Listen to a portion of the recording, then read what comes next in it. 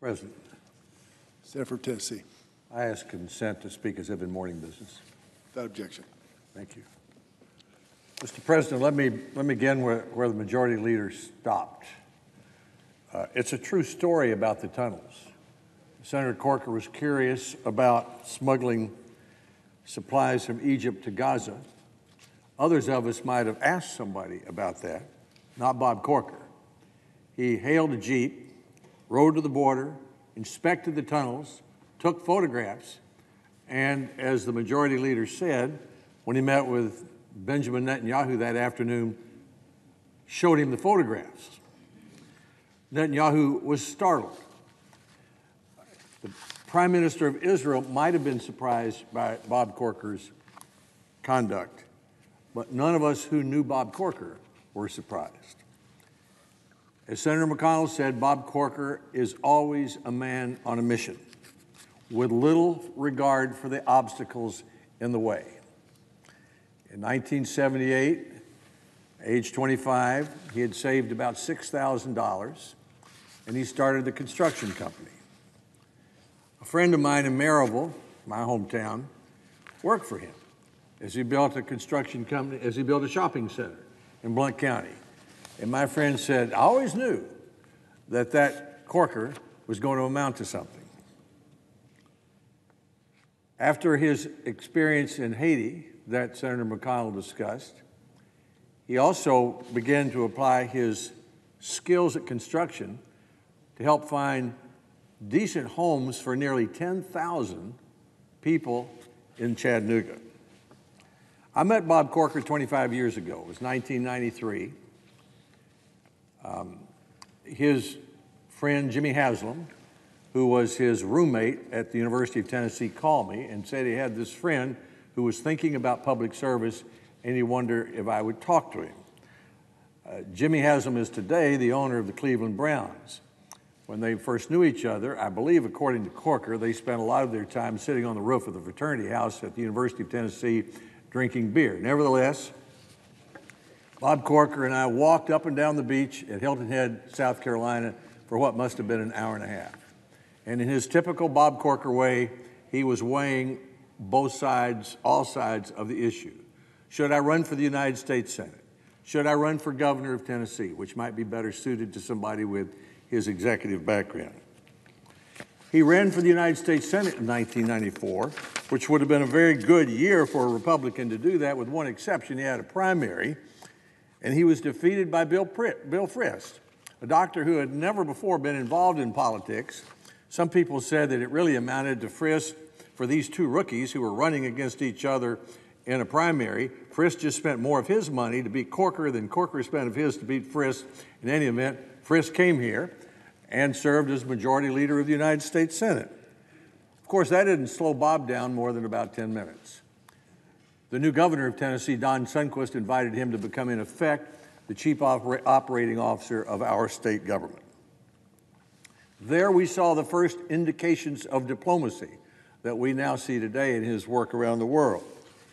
He began to work with the Democratic mayor of Nashville, whom Governor Sundquist had just defeated in the governor's race, and together they brought the Titans to Nashville and to Tennessee, who, by the way, play the Jaguars tonight at 7:20.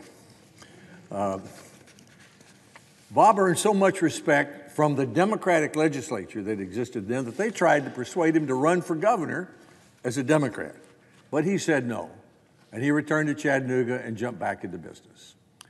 Real estate companies were what he became involved in, and then he became the mayor of Chattanooga in 2000. Now, he would be the first to tell you that Chattanooga was already on a roll, that a lot of people had a lot to do with Chattanooga's success. But everybody else will tell you that he was the best, fastest runner to have on the last stage of the relay team, because he took what was already beginning to happen in Chattanooga and put it into high gear, laid the groundwork for what eventually attracted Volkswagen to put its North American manufacturing plant there, and to have the country generally regard Chattanooga as one of the most, if not the most desirable mid-sized cities in America.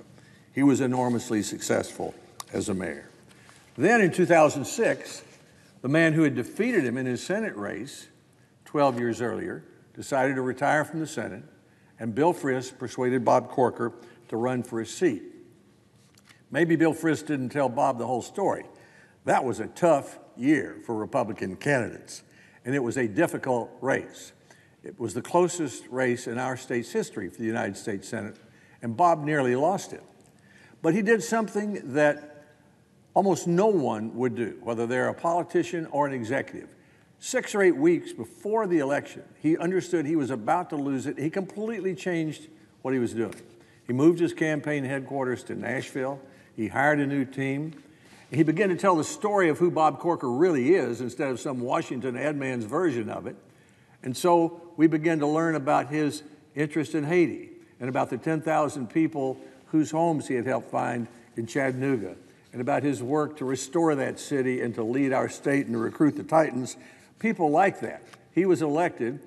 He had the privilege of being the president, the secretary, and the treasurer of the freshman Republican Senate class that was sworn in 2007. He was the only one. When Bob first came here, the truth is at first he was bouncing off the walls. He was a lot like many executives who come to this body and find it a very unusual place to be and to work. That didn't last very long. As the majority leader said, he jumped in right away. Without repeating all of those things, there was the financial crisis. There were the problems with the auto industry. I would think Bob probably learned as much about General Motors as the General Motors board of directors knew. And he showed that as he worked with them. He was unafraid to talk to the managers or to the union about what needed to be done. He became really focused on the federal debt of this country and seeing it as our biggest challenge. And I don't think there's anyone in this body over the last 12 years who's been more consistent in trying to point out what the real problem is, the entitlements. And he even came up with a plan and introduced a bill to deal with it. The only problem is he and I are the only 2 co-sponsors of that bill. So as he leaves, that's a problem he highlighted, but we still have to work on. He thought about not running for a second term. He was discouraged to some degree about how the place works. But he had already accomplished so much that he decided to do it. And so he continued his habits, being up early, reading everything he could get his hand on, calling everybody he could think of, traveling to 70 countries, worrying about issues and saying what he thought. Always trying to do it in a bipartisan way because he understood that's how you get results, and he wanted results. Bob Corker voted with a majority of Republican senators 85% of the time. But he always has been a conservative who prizes results over speeches. In 2015, he became chairman of the Foreign Relations Committee and began to deal with the issues that Senator McConnell mentioned: Iran, sex trafficking, others. His tough-minded pragmatism and grasp of economics have restored prestige to the Foreign Relations Committee, and his skills are reminiscent of the skills of the man we honor this week, the team of George H.W. Bush, and what he was able to accomplish in foreign policy. When Time magazine picked him in 2015 as one of the world's 100 most influential leaders, I wrote about that incident at the border of Gaza, and I said this at the time: if Bob Corker is not President of the United States himself, he's an obvious choice for Secretary of State or for the Treasury, which is exactly what happened when President Trump was running and was elected in 2016. He considered Senator Corker for Vice President, then for Secretary of State, more recently for Ambassador to Australia. And of course, over this time, Senator Corker has demonstrated with President Trump the same thing he did with President Obama. He was not afraid to work with him, and he was not afraid to challenge him. This produced some sparks. I've told both President Trump and Senator Corker they shouldn't worry about those sparks very much because that's just the way developers and contractors talk to each other. I know both men well enough to know that deep down there's a lot of mutual respect between the two of them. For me, these 12 years of working with Bob Corker has been a joy. It is well known that senators, especially senators from the same state, especially senators of the same political party, don't always get along well with each other. This is a body that operates by unanimous consent. This is a body where relationships mattered. Bob Corker and I have followed the old rule that Senator Howard Baker and Senator Robert Byrd followed. I won't surprise you if you won't surprise me. We not only didn't surprise each other, we looked out for each other. We respected each other's work. We didn't always agree. Our staffers saw that, so they worked the same way. And I'm convinced the people of Tennessee were the beneficiary of that, because when they approached the Corker staff and the Alexander staff, or either one of us, I think they found that 1 + 1 = 3, not 2, and that the people for whom we work are the beneficiaries. Peyton Manning once said that he hoped Bob Corker would serve in the United States until he was 100 years old. I think that was really to get people to quit asking Peyton Manning to run for the United States Senate, because he knew better than to get involved. And while I am looking forward to working with Marsha Blackburn, who is Bob Corker's successor, I'll have to admit that I agreed with Peyton Manning.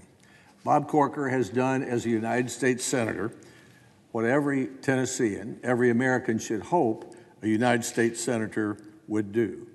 He's gotten up early, determined to find some way to make the country a little better, read everything he could find, talked to everybody he could find on the telephone, anybody who he thought knew anything about the issue he cared about, jumped into it with both feet, saying exactly what he thought was the right thing to do for the country, and usually coming out with a result that did just that.